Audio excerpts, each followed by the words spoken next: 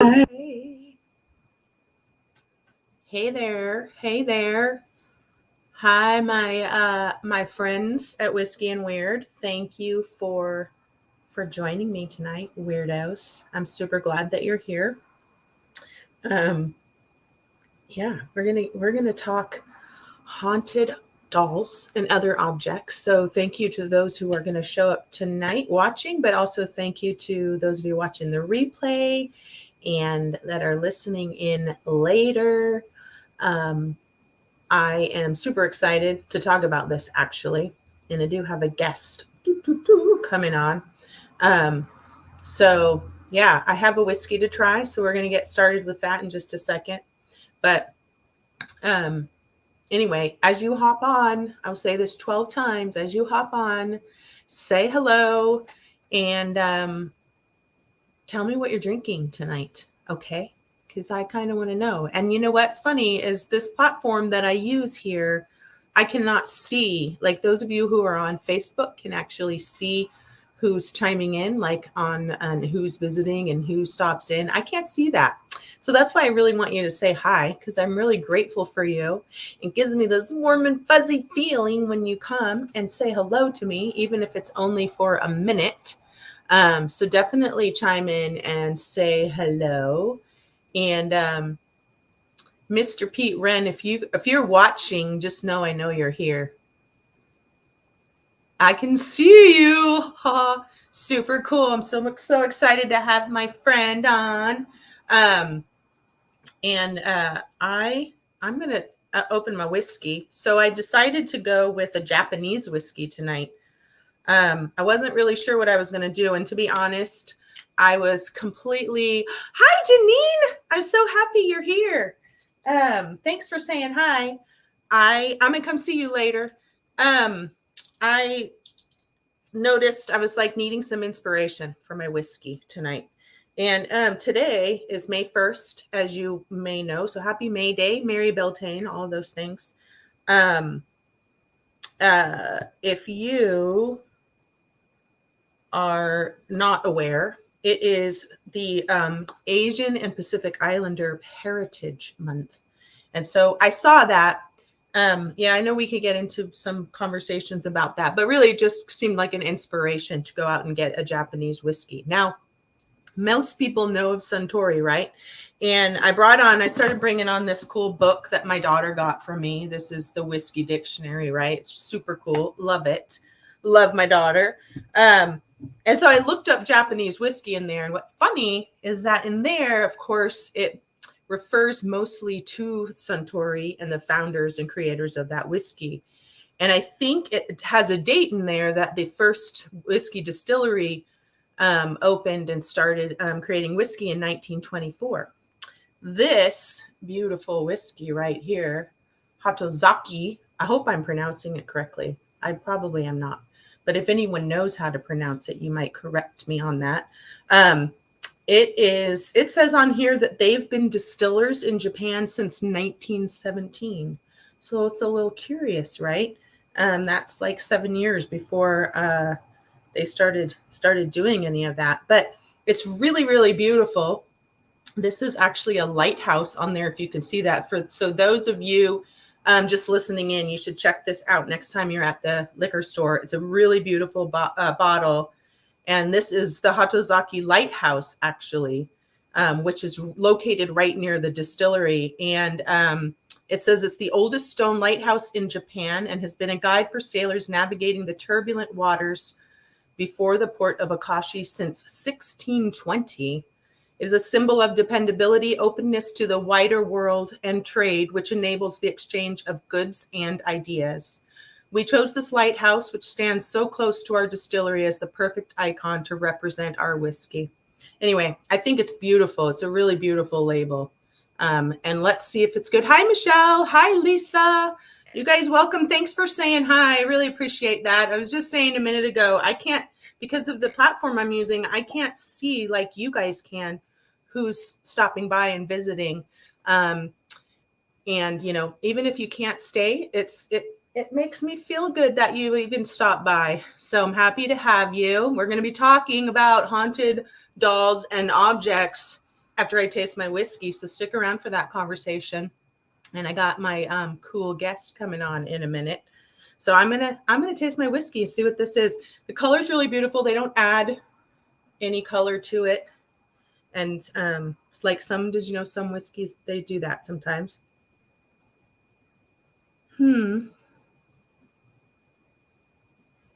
It's very flowery.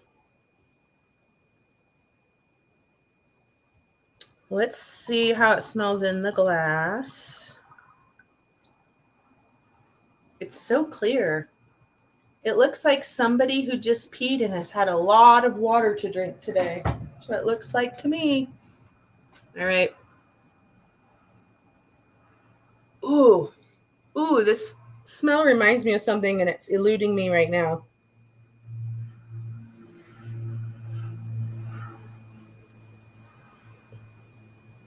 There's something really citrusy about it too. All right, time to have a taste.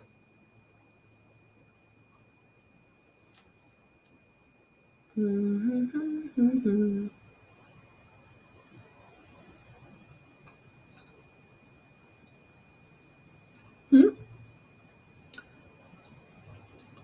little bit of honey. Don't really get the citrusy on the tongue. That's pretty, it's warm in a good way. A little burn on the roof of the mouth, but the finish is pretty quick. It's quick, but there's still lingering burn a little bit. It's pretty yummy. I think I like it. But you know what? Suntory and other Japanese whiskeys, I haven't tasted a Japanese whiskey yet that I didn't like, to be perfectly honest. So yeah, I like it. I like it a lot.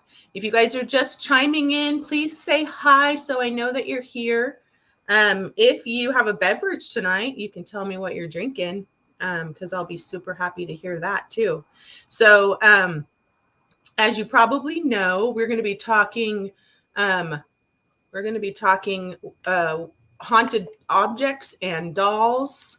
And I have my buddy. I'm going to bring him on in like 30 seconds. And so I'm glad you guys are here. Sorry, I was just sending him a little message. He can't stay on the whole time. So I'm going to go ahead and bring him on. You guys, if you're here, say hi if you have questions. Oh, cool. Mango cart. I don't know what that is, Lisa. You'll have to tell me what that is. But I'm going to go ahead. I'm bringing you on, Mr. Pete Wren. Here you come. You ready? Hello. All right. Hello. You know, Pete, really quickly, I know you've been on with me a couple of times, but I know we probably have some viewers that don't know who you are. Can you give us just like your quick 30-second introduction? Because I probably would not be able to do it in 30 seconds. I would talk forever and ever about all the cool things that you do. So what's important to you about your history?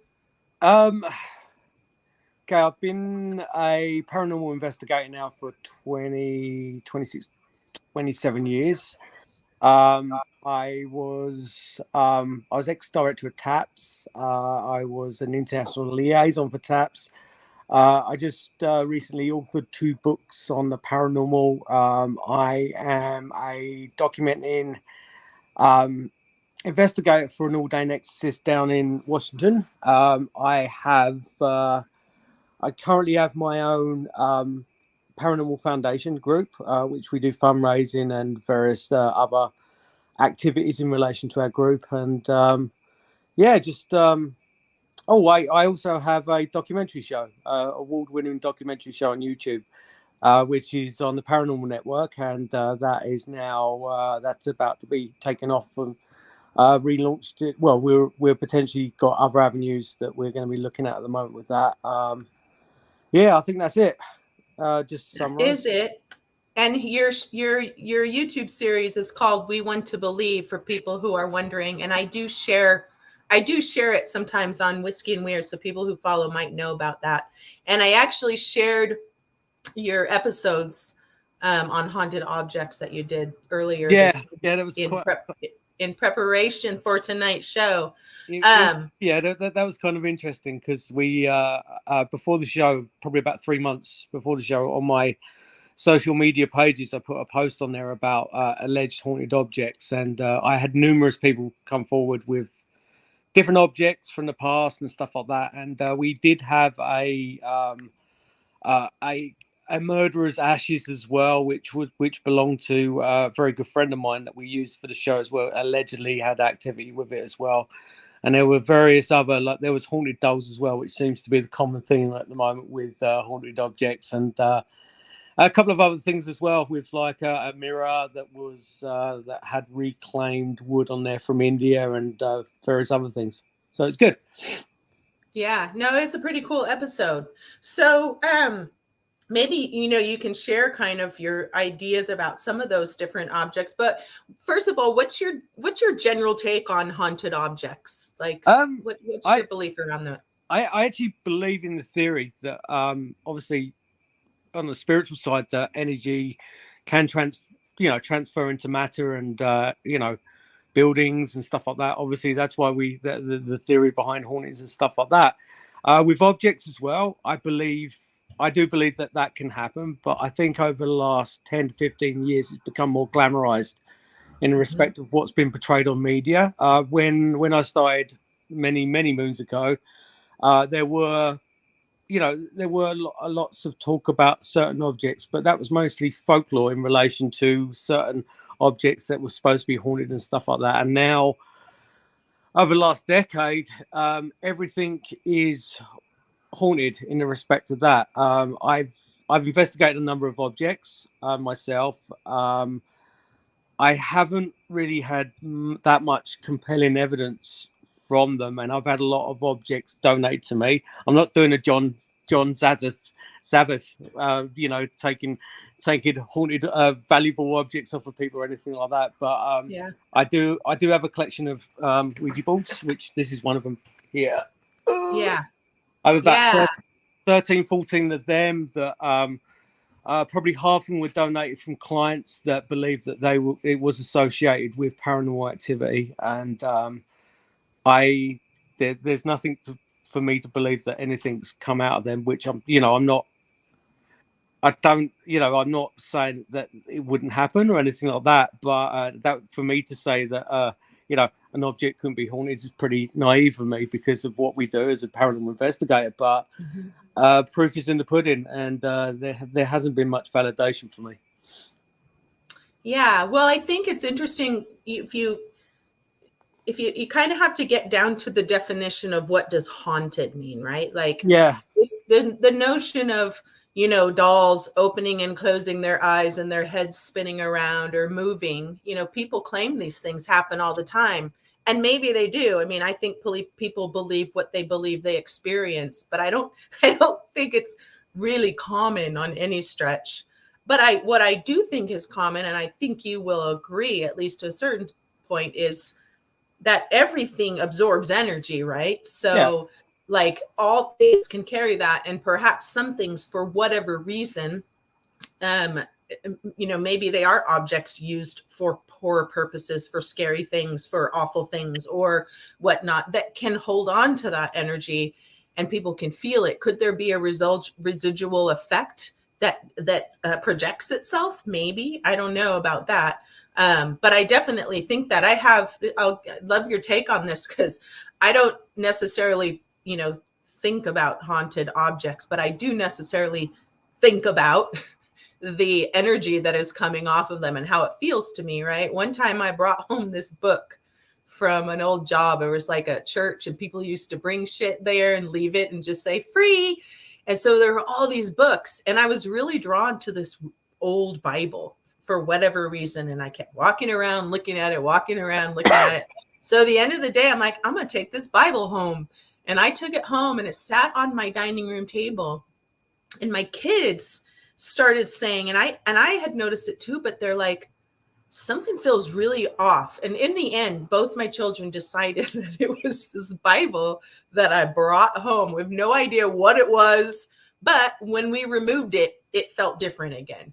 And so, and you can only I had that experience, and it was real to me and made sense and on a certain level. But do I think the book was haunted? not necessarily. I just think that someone might have spent a lot of time with that Bible. It was really old, and somehow there was something infused in there that shifted the energy in my house, right? I don't know. What do you think about that? Yeah, it's possible. I mean, going back to what you were originally saying about the kind of residual element of it all, and kind of brushing upon what I said originally as well.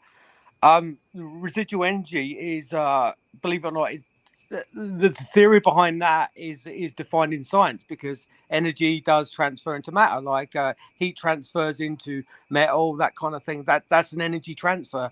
So that concept, and over the years with investigating, I wholeheartedly believe that most of the investigations I go to, majority of them are residual, and so that, if it's residual energy in a home, why couldn't that Mhm. energy be transferred to, say, an object? And and common terminology these days is dolls, because obviously they're creepy, and the old dolls do look creepy, the old Victorian ones and stuff like that. They come out of England and stuff like that, but it's a very a cherished item for a young Mhm. child and stuff like that, and that kind of theory behind it being is that makes sense. But we've Yeah. like, you get things that I've had over the years, when just after the show came out with John Zavis show, where Mhm. he had that haunted objects, I had a whole array of people contacted me saying that there's various objects in their home were haunted. One guy even came forward and said his his beer cooler was haunted as well, and it was just like, very, very, very standoffish in I relation want a to what haunted beer cooler. That I sounds know. It so was just cool. it just got ridiculous, and you know what? I try not to be that kind of person, just kind of shakes my head at things and that kind of thing, but it, it it does happen, and for me, it's just it's funny at the same time, but obviously some people take that kind of seriously, and it's people like us that have to go in there to diffuse that issue that they're having. And obviously, media, like I say, media plays a big part on what's Mhm. going on with these sudden outbursts of haunted objects, because everything's a demon now, and everything's a haunted object, and so it keeps us in work, per se, kind of thing. Yeah. Well, maybe it's because objects are more tangible. Like Yeah. maybe it's easier to assign a ghost or spirit or an entity to an object that we can see and feel and touch. Maybe, I don't know. Yep. But yeah. So here's another thought. So I was reading an article from Greg Newkirk, from the Traveling Museum of Paranormal and Occult, and they have a lot of cool objects, right? But he says really specifically, they don't they don't look as those objects necessarily as containers for a spirit, but possibly as like a telephone, for just a vessel for something to use to communicate Yeah. via that object. Have you ever heard of that theory? What do you think? What are your thoughts on that? Well, that's kind of the premise behind spirit boards or Ouija boards as well. Mm-hmm. It's that conduit between us and the spirit world, which it does make sense in respect of the way it's dialed in and stuff like that. But it's it it's that, oh, I'm just trying to think. My brain's gone dead. It's just that kind of the thought pattern in relation to, would it ever be kind of consistent with every time you use it and stuff like that. I mean, people these days, they want the thrills. They want to see a haunted object actually being haunted and stuff like that. And with me, Mm-hmm. with the objects I've got, um it that it could very well be. I mean, this spirit board I've got here, all the ones I've got downstairs, and the various other things I've got with me, could very well have been, that haunted element to that one individual. But then, obviously, once that got taken away from them, the activity stopped, because it's not associated with that one individual. So, in respect to Greg, yeah, no, I believe that. Yeah. Yeah. Well, and even like, I think everyone's experiences that they have I think this is the theory that I have, are really specific to that particular person, which Yep. may explain why one, maybe two or three people have experiences with an object that nobody else has, right? And it's more about something that's using that doll to communicate to those people really specifically, right? So, so yeah, like that, but it's confusing. I mean, if you're if you're sitting in your bedroom and the doll starts waving at you, I mean, that's what you're going to think. The doll's haunted, right? It's got a moving hand, right? Absolutely. I've got actually we brushing upon that. I've got an object here that it was only because a producer from the States from Ontario contacted me the other day. I've got and these are actually real pearls, like a pearl necklace, like with a brooch pendant on there. No, I didn't take it off a client or anything like that. You know, I take it off your hands or anything. Took like it that. off a dead body, didn't yeah, you? I know. It's like, oh, this was haunted, was it? Thank you very much. In my back pocket. Couple of $1,000 worth of stuff there. No, it's it actually belonged to my my great grandmother on my mum's side, and she was very abusive to her kids, and they were like there was one like my great grandmother. Sorry, no, it was my great grandmother, and she had like 4 boys who went off to the war, and she also had my grandmother, and like she was very abusive and stuff like that. And when she died, obviously they went through the stuff, and my nan took these, and my nan was very kind of black and white. She wouldn't say anything about the paranormal or anything like that, but she always felt that her mother was around when she had these like near to her and stuff like that. So she buried these in a drawer in her bedroom, and then a few years later, she actually gave them to my great uncle, which was her brother, and he had them in his house for probably about a year, and he gave them back to my nan because he said that he felt that great grandmother was there, kind of thing. But then these pearls were handed to my mother, nothing whatsoever. So there again, and it could be more. Well, I guess it could stem back to the theory about. Is if a ghost is actually if it's our actual mindset, whether the ghost is actually there, or is a ghost and actually that third party. But that's a kind of deeper conversation. But it was more to do with that, and I found that very interesting. Yeah. No, I hear that. I think really to your point and to what I was saying before, like it's more about a connection between the person who has the object perhaps and the person who owned it before. Like there may be some sort of transference of energy that exists there. Now, how do you see, I mean, do you believe then in the science of psychometry? Like, do you know people who can read objects and things like that? There might be a lot of people on here who don't know what psychometry is, but I absolutely believe in that wholeheartedly. There are some people out there, and I know one person that actually in BC that basically called something out once on an investigation, and I thought she was incorrect, but it was actually true about something that happened. She actually got an old 3-pence piece from the UK, and she rubbed it, and she said that actually belonged to me, and it did at the time. I thought it was from an investigation where we found this 3-pence piece, but it was actually I picked up the wrong coin because I left it with all my other coins. So, oh wow, it's there is parallels there. I believe in that kind of thing.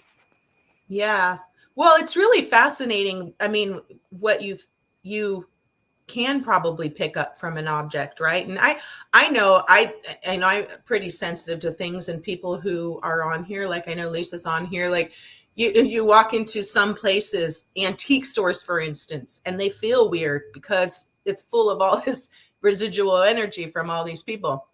I've only tried psychometry like in a laboratory setting one time, and it was at a whisper meeting. And Jill and Darren are like, oh, we're going to practice. And everyone had brought these objects in. I had never tried it before. I ended up getting a watch, and we didn't know who they were from, but we just kind of did, we felt them. We sat and kind of pondered whatever, tried to get some information off of them. And we gave notes and then just kind of shared what we got. And I actually could describe the person who owned it, and had these just like 2 or 3 other things that there's no way that I could have known.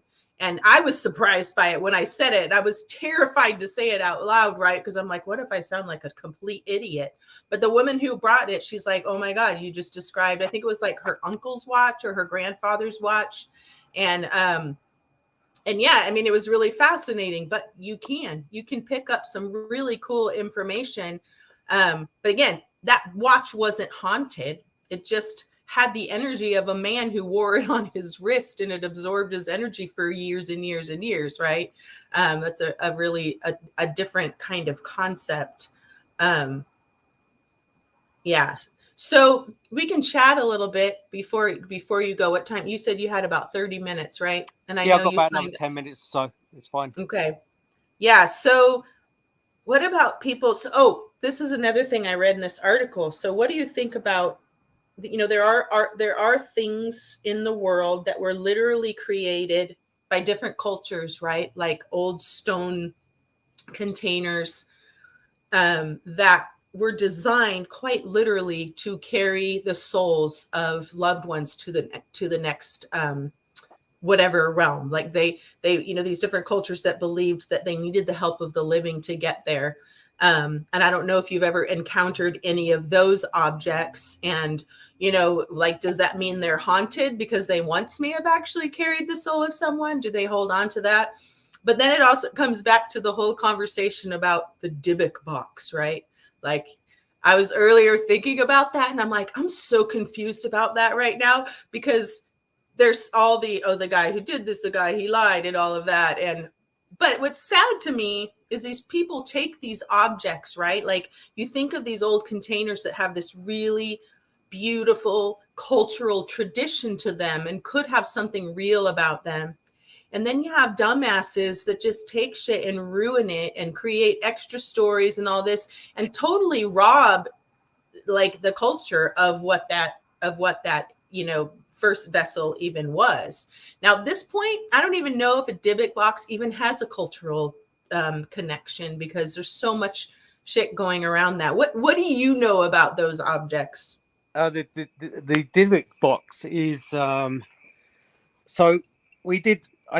both me and Jason, we did a lot of research for one of our shows, Haunted, Hunted and Haunted, and and you can Google it. I mean, it's there, like it's there as a kind of a as defined on Google, but it's an object that basically materialized out of nowhere, and the story has no fabrication to it whatsoever. There's no kind of there's no truth in it whatsoever, and it's not me being skeptical or anything like that. And it just the story came out of nowhere, and all of a sudden this haunted box was there. Then there were upteen amount of inquiries to say that I've got the same box, and I've got the same box, and people were selling it on eBay as well. And then it ends up in Zach Baggins's Haunted Museum. It's straight out the gate, without going too much into allegedly what the story is and all that. It kind of brings up your skeptical shoulders in relation to stuff like that. It's like, what is your gain? Like, and there are numerous objects like that as well. Like, there's Harold the Haunted Doll, and there's tons of dolls that are out there in the media, or objects that are allegedly been haunted, but there's no truth in it. Like, there's been no formal investigation around any of those objects, and no decent evidence has come out of it, and it's just that media tick over, I guess, and it's popular at the moment. It's the same, like I say, it's the same as demons as well. You know what's troubling about that, though? I watch all the shows, right? And you know that about me. And I watched the episode of Ghost Adventures when they first investigated the Dybbuk box, when they first were introduced to it. And there was actually a rabbi, a man who came on, and he shared, I mean, this was easily 5 or 6 years ago. And he shared that there actually was a story, there was a connection that's held within their cultural beliefs about, and I don't remember all of it, but he said it was had to do with a woman basically trying to lock away, some sort of spirit that was not good, and she wanted to put it in there. And I can't remember all of it, but this man told a story as if this was a part of their cultural tradition. It's a story, like that. It's not a story. It's a part of their traditions in relation to. They do it, but it's like if they have like they want to get rid of like some kind of not spiritual attachment or anything like that, but if they want to move on with their life, and they will put they put it into a box, and they will lock it away, and that's and that's a part that's been a part of their culture for tens of thousands of years. But it's that box itself, and then that's why I'm going to the story of that particular box. It just materialized out of nowhere, and there's been, apart from Bilbo Baggins, doing a show on it and stuff like that, and it kind of dramatizing it all and stuff like that. Like, where's the evidence behind that? And it hasn't, we haven't seen anything, and he's just stuck in a museum now. No, I'm glad you said that. I think it goes back to my comment about these kind of sacred cultural things totally being hijacked for the sake of, ooh and ah kind of things. And who's to say there could be shit inside that box you don't want to let out. So why would you open it? Someone put stuff in there that they didn't let out. Like, why can't you just have respect for that? I don't know. Just leave the box alone. Yeah, exactly. And it goes back to the concept of those thrill seekers, and if there is any validity against it whatsoever, like, why would you even mess with anything like that? It's just it's someone, it was apparently a part of someone's life, and it was something something that they wanted to pass on in, and people were now exploiting it if it was actually true. And it's the same.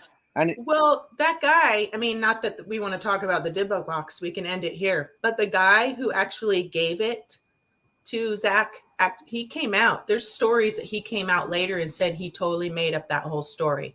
And yet that Dybbuk box still, I've been to the Haunted Museum. I actually thought it was pretty cool. It was a pretty cool museum. I went there a couple months ago, but that thing still has this prominent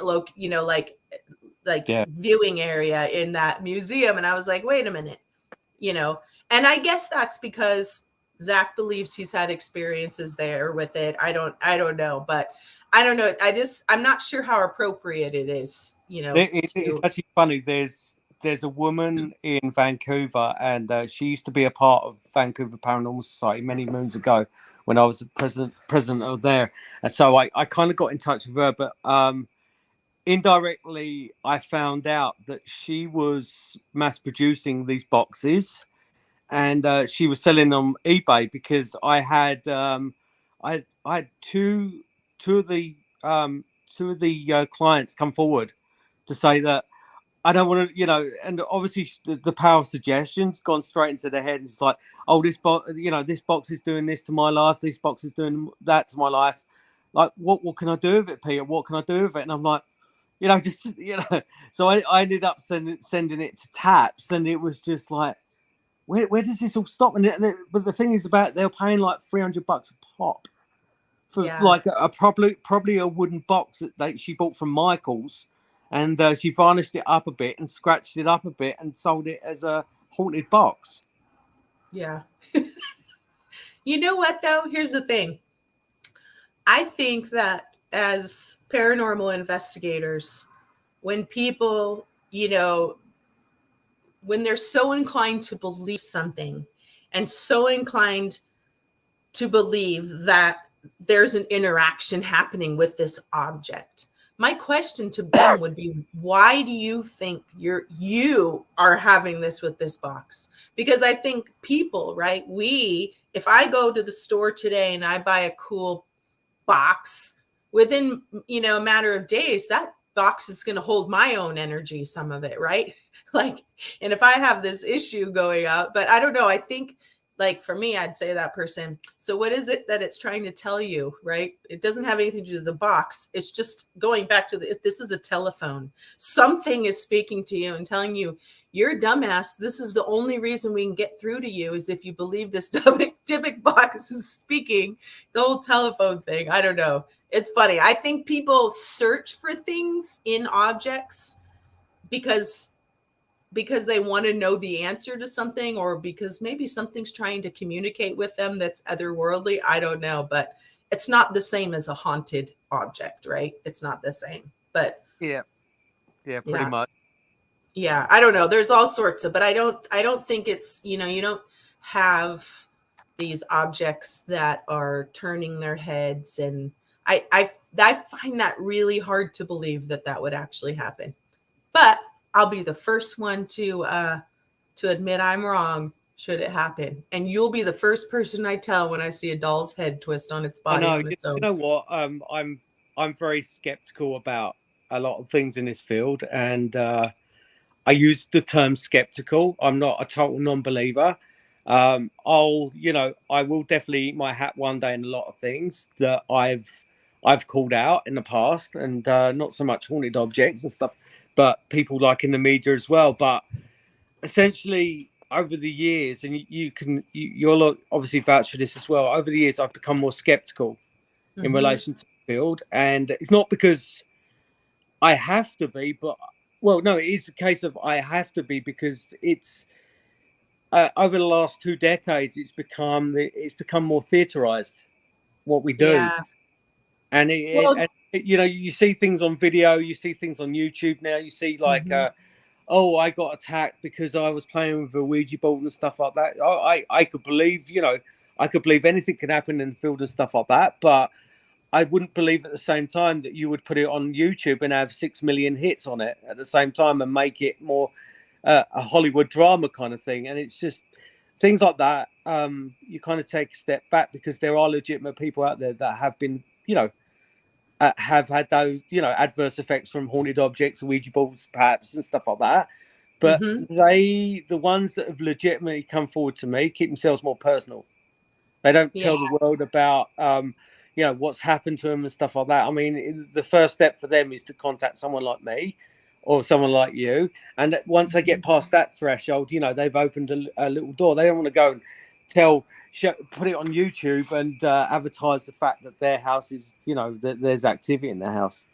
Well, yeah, because you know what? If you were to see something like that, if you were to experience a doll move that shouldn't be moving, I mean, my first thought would be, I'm losing my mind, right? Like, I'm not going to blast that onto YouTube. I'm going to find somebody who might be able to tell me if I'm losing my mind or not, you know? So yeah, I know the whole TV thing, which is really sad too, because there's a lot of really credible people doing questionable things even on TV for the sake of TV, which is disappointing. But it's ratings. I mean, people, once you get to that line in the sand of going over to TV, we got like, even with my documentary show, it's, and it feels like sometimes I'm kind of contradicting the things that I've said in the past as well. But I wholeheartedly know that when on my documentary show, everything that you see on there is as to what we do.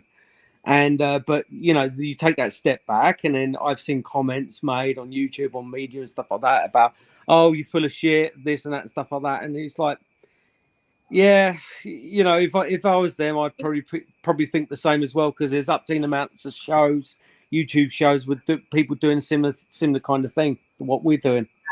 I think you guys, though, it's the most realistic approach to what we do.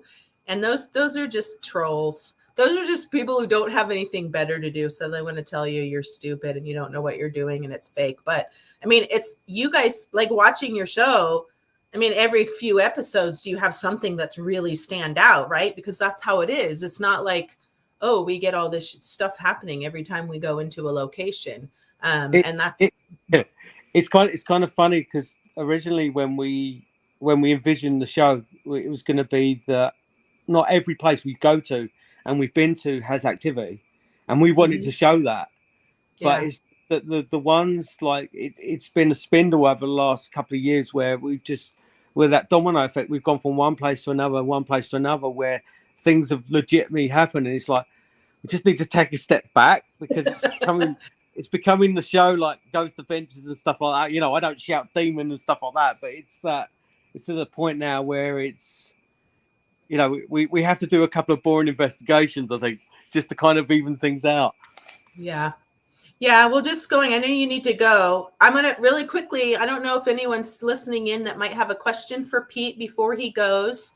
Put that in the comments right now. But, you know, there's a reason that when you go to a haunt or to an antique shop or anything, when you buy something new, especially if you're really sensitive, a lot of us cleanse it. Like we try to release energy, or we smudge it, or we do whatever, especially if it's really old, because it does hold on to energy and people can feel that, right? So what may feel like a haunting may just be how someone perceives the energy that's held within an object. And this kind of just thought came to mind, like someone who's having dreams that show up after an object came, or they just walk into their room and it feels different, like I had with that book.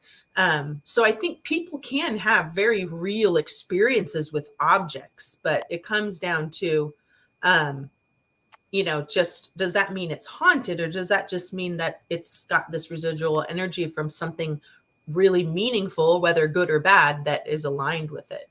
So that's kind of 99.9% of what we do as paranormal investigators. We're, you know, you go into any client residential case or anything like that, and everything's misinterpreted because the first natural reaction from anyone is fear, and that's exactly probably what comes from these alleged haunted objects as well. It's just that perhaps that overlap with the unknown, and that all of a sudden, you know, they've been used for up to an amount of years buying everything new, and then they get this one object, and it kind of curls their senses over because they're not used to feeling what they've felt before. Then you know, and that automatically strikes fear into them because they're walking a threshold that they've never walked before, kind of thing.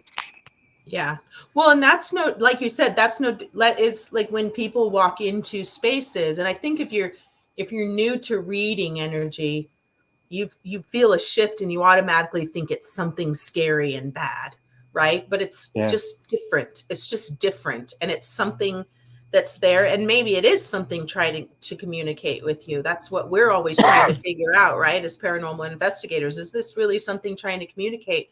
But yeah, it's that misinterpretation of, you know, of experiences, even like pushes, like something pushes you doesn't mean they're trying to push you down the stairs. It might just be the little last bit of energy they had to like get in contact with you and that kind of thing. It's all perception, right? It's all perception. It is. And going back to that is the way when I speak to clients and stuff like that, when you get that kind of touch, that feel and stuff like that, and their first reaction is fear, because obviously, you know, they felt something out of nowhere. But it will be like if I walked up to you in the street and I'm trying to talk to you, but you can't see me, you can't hear me, my first natural reaction is trying to grab your arm, and that's kind of what I feel in relation to that as well. And it's you know, we're looking at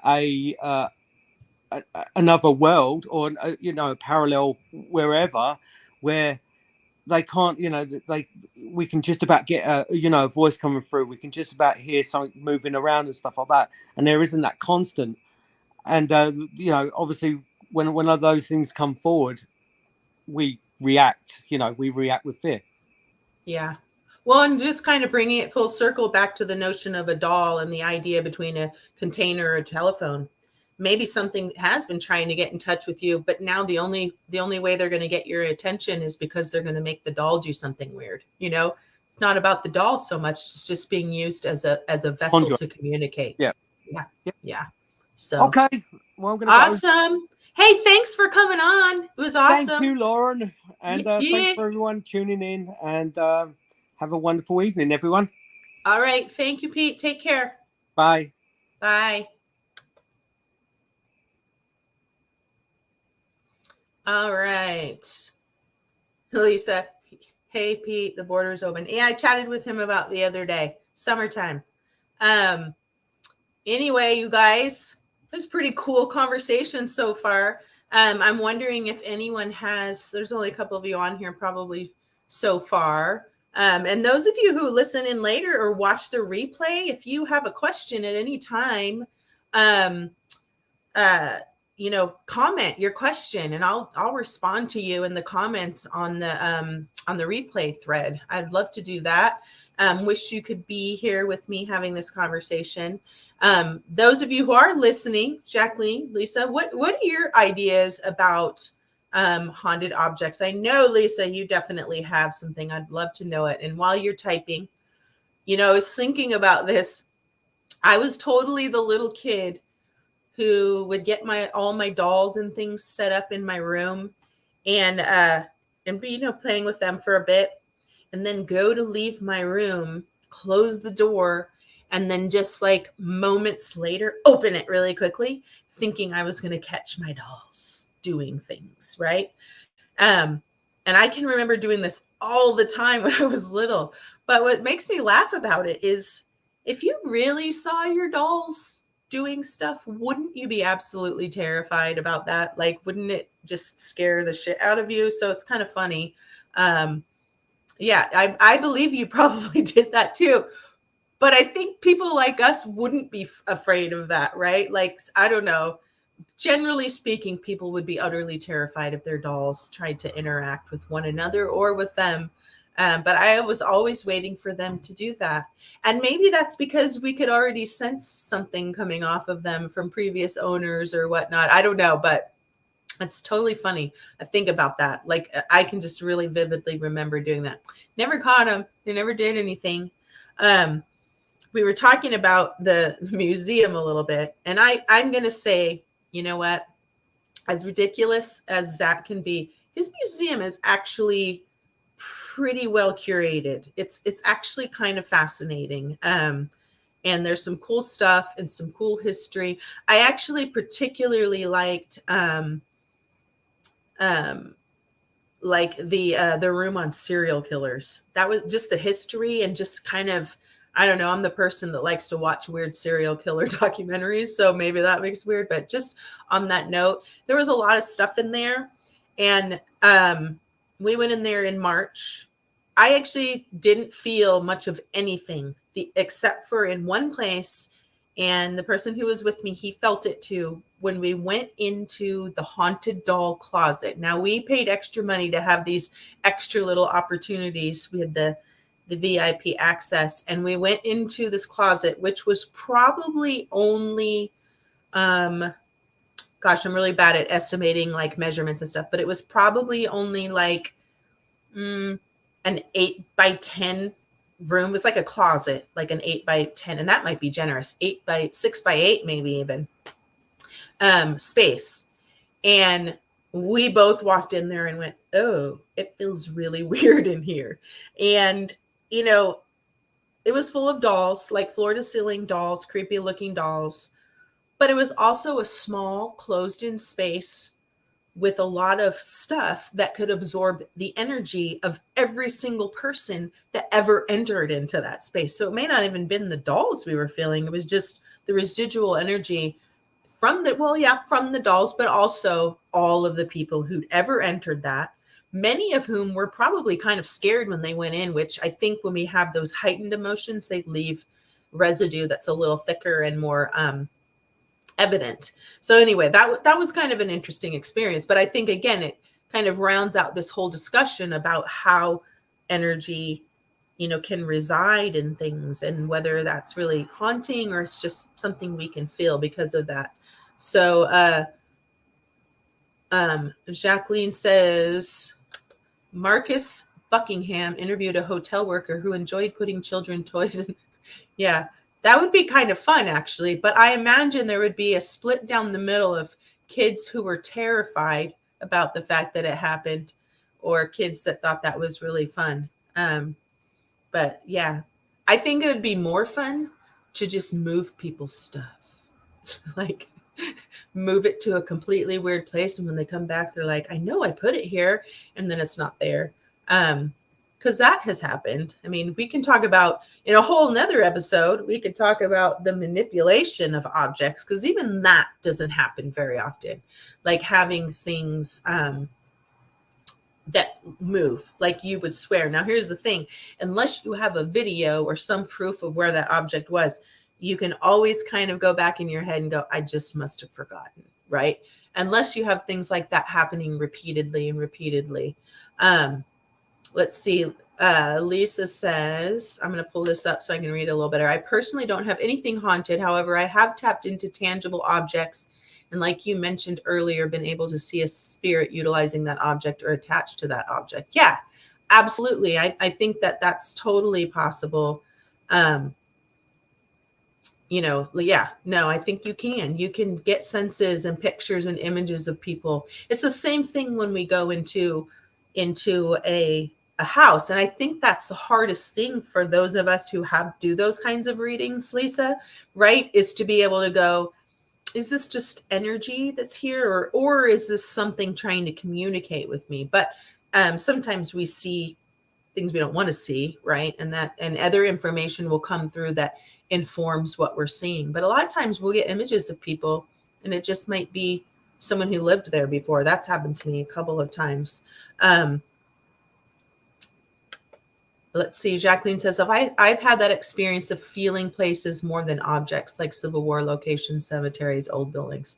Absolutely.